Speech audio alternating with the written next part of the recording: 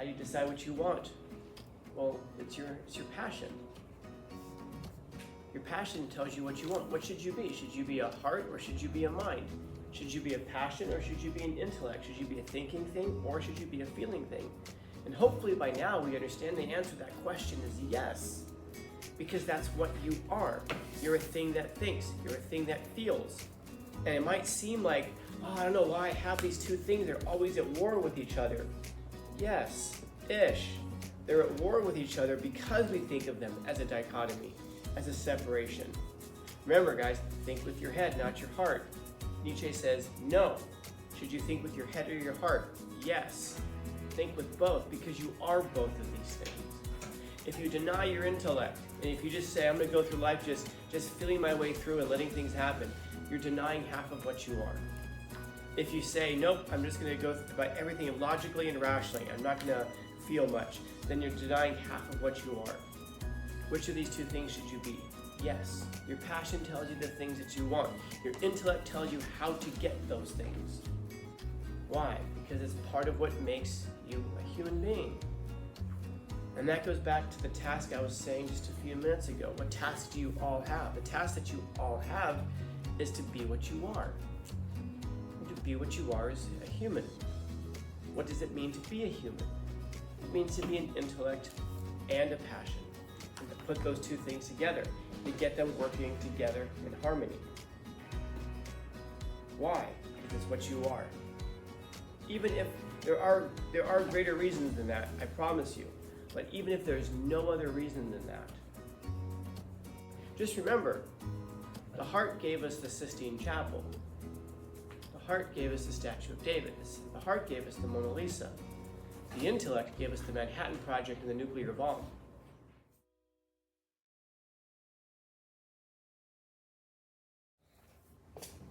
If he goes to college, it's going to be academics. If he doesn't, it's going to be his career.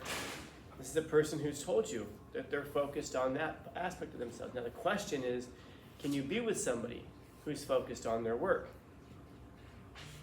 Because there are people that are they're driven by their work, man. People are driven by the things that they love. The problem you're going to find, hopefully, and I mean this almost wistfully, that I hope you're going to have this problem in your life, where you're going to be focused on, there's going to be too many things to focus on. You're going to be in love with so many things. You'll love your career, you'll love your family, you'll love your friends, you'll love your hobbies. And I'm hoping that the problem you're going to have is how to divide your time among all of these things that you love. I'm hoping that the problem in your life is not going to be trying to find something that you love. In the case that you're talking about here, where she says, I did this because you're too focused on your academics. That means that the tune just doesn't fit the chords. He's a person who's always going to be focused on his academics or his work, and he needs somebody who can be supportive in that and who's okay with that. Not okay with it, but someone who's actually good with that and thrives with that. Otherwise, that problem is going to persist. Or worse yet, he's going to give up his academics or his work, and then he's going to always wonder what he could have been. Others. Yeah, it's not too far off of talking about Michelangelo here, or people like Michelangelo, or people like your friend, that they get so hyper-focused on something that it takes over their life. And I don't like saying it that way. When I say it that way, we'll know what I'm talking about, but I don't know that we're going to understand the impulse behind it. You think about something that takes over your life, and when we say it that way, it sounds like it's negative.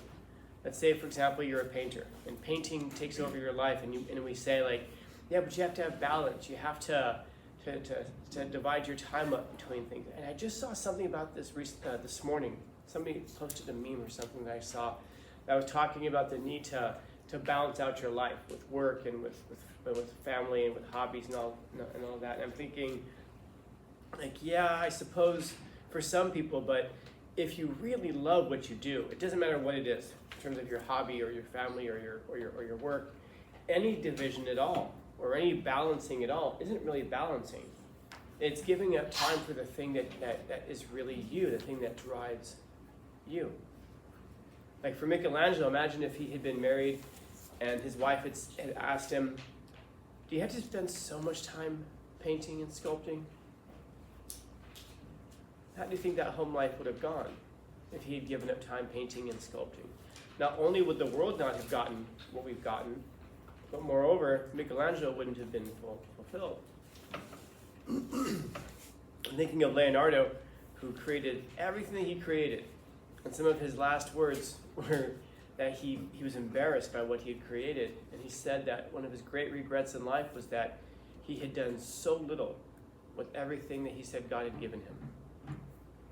Can you imagine being Michelangelo being Leonardo and creating what you had created and sitting there going like, I did nothing with what I could have done. With all the talent I was given, I created nothing. And the truth is that a lot of people end up like that, thinking about what they could have been. Some of you are approaching the end here. High school, you got 3 classes left. If you count the finals day, we've got 4. And you can look back in the last 4 years and ask yourself what it was that you had accomplished. Did you accomplish what you could have done? Did you become what you could have been? And it doesn't just have to mean academically. It could have meant socially. It could have meant in terms of character development, character building. Because you've got these 4 years, and if you go to college, then you've got probably 4 or 5 years there, at the end of which you can look back and ask yourself the exact same question. And if you don't go to college, if you just instead go into life, the workforce, then you're going to have the ability just the same to look back after 4 years and ask yourself, did I accomplish what I could have accomplished? Am I becoming what I could become? Because the next few years of your life are going to be pivotal, of course, in terms of building up who you're going to be. And not just who you're going to be for yourself, who you're going to be for your family, who you're going to be for your friends, who you're going to be for the world. Yes, of course, who you're going to be for yourself. But even more broadly than that, are you going to be something that's useful for your family? Are you going to be something that's going to be a detriment to your family? When family tragedies strike, and they will, it's part of being in a family. Are you going to be the person who can step forward, shoulders back, to take charge of the situation? Or are you a person who's going to be in the corner cowering and crying because you aren't equipped to deal with the situation? In fact, is that going to be most of your life? Where was it? Oh, the rest of your life. The significance of it.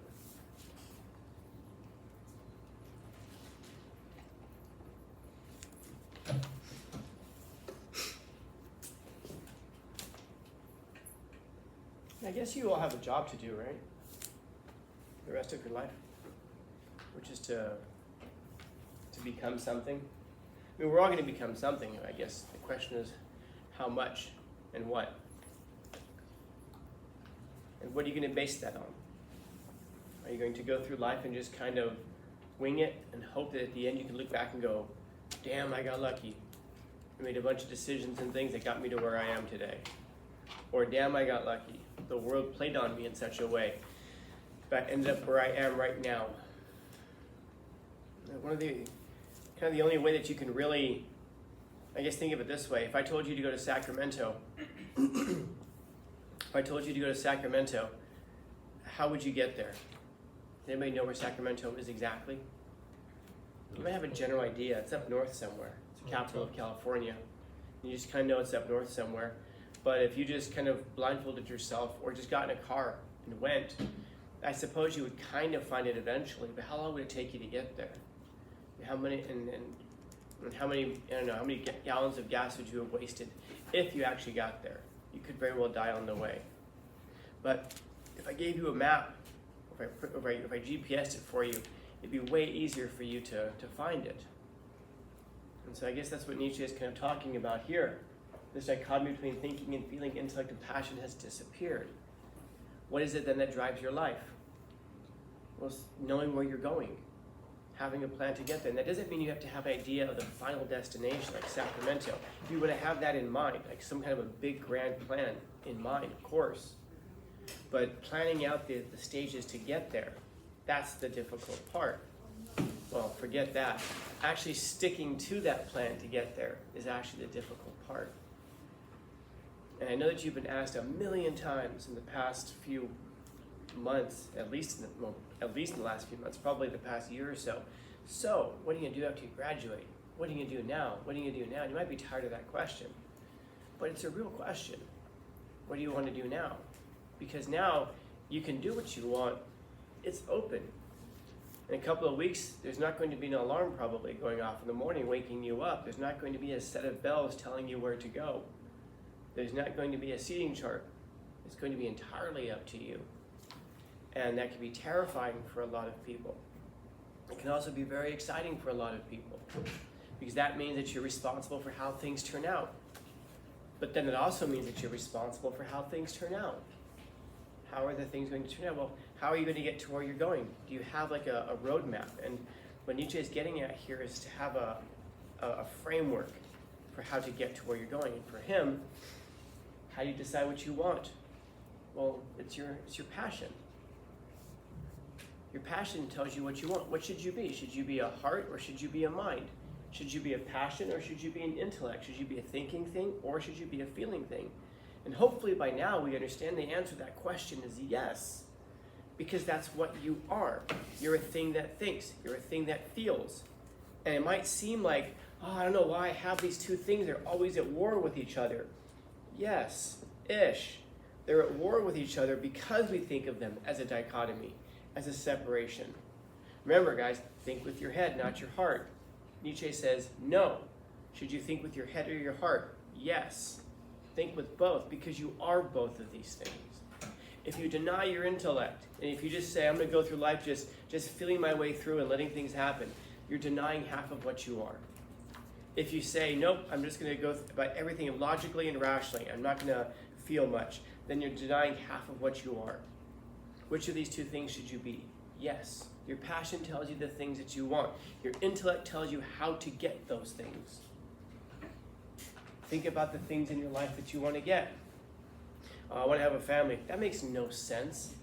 Why on earth would you want to have more dependence? Why on earth would you want to have people who slow you down in life and get in the way of accomplishing the grander things of life that make your life matter? Because part of what can make your life matter is that family. That's why, even though it makes no rational sense to do it. And you might think, well, it makes rational sense in an evolutionary sense, and that way I can pass along my genes and blah, blah, blah, blah, blah. That still makes no sense because you won't be here to see it.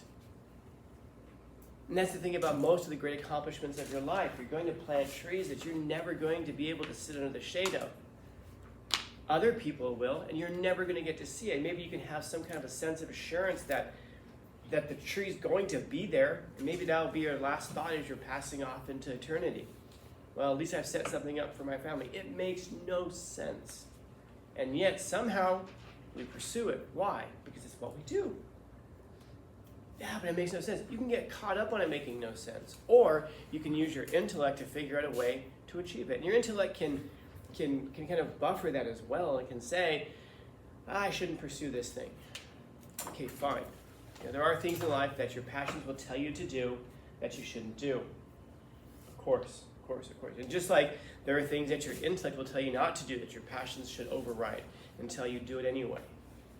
Why? Because it's part of what makes you a human being. And that goes back to the task I was saying just a few minutes ago. What task do you all have? The task that you all have is to be what you are. And to be what you are is a human. What does it mean to be a human? It means to be an intellect and a passion. And to put those two things together, to get them working together in harmony. Why? Because it's what you are. Even if there are greater reasons than that, I promise you. But even if there's no other reason than that, so often we want something so badly, and we want to try something. We're so afraid of doing it, and our passions actually fight against our passions. We have a desire to try something or to do something, but then we also have this emotion that's stopping us from doing it. Rather than employing the intellect to say, okay, fine, I want this thing, how do I get it? Should I want it? And if I do, what's the best way to go about doing it? Then that means that you're completely extricating half of what you are if you don't approach it that way. Yeah. control you. Do more thinking. They're right. Don't let your emotions control you. Control your emotions, but also control your intellect. Control both, and use both to control one another. It's this interplay between the two, almost like that yin and yang symbol that you've seen, with the yin chasing the yang, or the yang chasing the yin, whichever one it is. Yeah, you shouldn't let any of these things control you. Your passions shouldn't control you, but your passions should direct you, for sure. Because your passions are going to want all kinds of things. I mean, the hardest of people, you're going to find, if you don't already know this, that they're desperately wicked. Who can know it? But you also can realize that the intellect is also desperately wicked. Who can know it? Just remember, the heart gave us the Sistine Chapel. The heart gave us the Statue of David. The heart gave us the Mona Lisa. The intellect gave us the Manhattan Project and the nuclear bomb. The mind has given, the intellect has given us some wicked things, man. And the heart has given us some beautiful things. That doesn't mean that the heart is also, the heart, by the way, also gives us racism. The intellect is the thing that has to combat that. Nothing that comes, there is no purity there. It isn't that the heart's pure, that the mind is pure, the intellect is pure. So they both have their problems, and that's why they need each other. You know, we get, I know, it's so strange, like we set up these dichotomies in our modern civilization today. Like, you know, men and women, who's better? Better? There's no better. There's complementary. And are there aspects of that men are better at? Yeah, men are stronger than women physically, 100%. Anybody who tells you otherwise is trying to sell you something. And they're so sold out to an ideology that they don't live in reality. Men are physically stronger than women. Women, however, are emotionally stronger than men. Which of those is necessary? Yes. Because you have a whole bunch of people growing up with a bunch of physical strength with no emotional character, we're going to wipe each other out. Civilization wipes itself out. If you don't have a physical strength that's there, the same thing, you're going to get wiped out. We need each other. And that's a good thing, man. Isn't it great to know that we all have a purpose, that we all have a function that we're all required and necessary for the perpetuation of our species? Isn't that a nice thing to know? Why do we separate these things out into better and worse? Anytime you just mention it, that there's some kind of a difference, like, oh, that means you're saying this is better. No, differences don't mean better and worse. Differences are just what they are, descriptions of the case. It's only our own minds that dichotomize it that way, better, worse. If there's a difference, it must mean that there's something worse. No, a difference only indicates a difference. It's your interpretation that makes it worse. So this dichotomy between the two, he says it's disappeared, man. He's fallen in love with his ideas. His ideas and his intellect have become one. And he can fall in love with an idea. What kind of an idea? I don't know. Aren't there ideas that you fall in love with? I don't know how many of you are just in love with the idea of love. The idea of love is, and then I wonder how many of you are just like pursuing it or just like sighing constantly, like, oh, I just wish I could find love. Because you're in love with the idea of love. And if you ever find yourself in love, or when you find yourself in love, then it's going to be even deeper. You'll have an experience with it. But as soon as you can feel your thoughts, they're not just like these abstract things. They're things that actually direct your life. If you have a moral code, and I mean you have a true morality, then my goodness, you're going to live by it. I know what you believe by the way that you live. And one of the reasons that people feel so hopeless and meaningless is because we don't have a thing that we live by. We just kind of live day by day and we make it up as we go. But then there's nothing that tethers us or anchors us to the world or to each other. And if you don't have that, then you can't drive yourself forward. There's nothing waiting for you forward. It's just like, oh, I'll make it up as I go. Then what happens when you get there? You won't be able to appreciate it because you won't have aimed for it. The whole point of aiming for a star is that it gives you something to do with the rest of your life. It gives you something that you can be singularly focused on. And so going back to what Jared started off with, this person who's pursuing academics, they're always going to do that.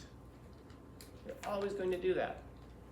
And you can try to change them, but they have a passion for their intellect. I hope you can see that. They have a passion for ideas. They want to know things. They want to understand the world around them. And if you don't understand a person like that, then you need to just give them room, dude. And if you're an intellect, and you have the opposite of a person who doesn't pursue academics, doesn't have an interest in it, you got to give them some room to operate, man. What are they going to create? I don't know. It'll be dope to find out, though, if you don't bridle them. You know, it isn't that what he's doing is right or wrong. It's just what he's doing. How she responded to it was wrong, of course. But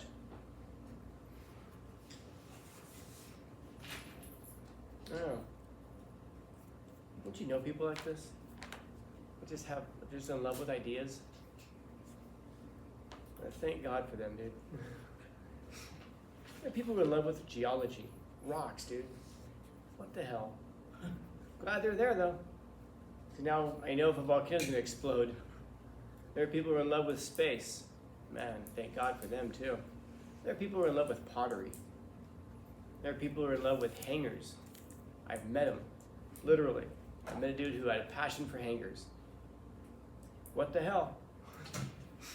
But I'm glad he did. I'm glad he is.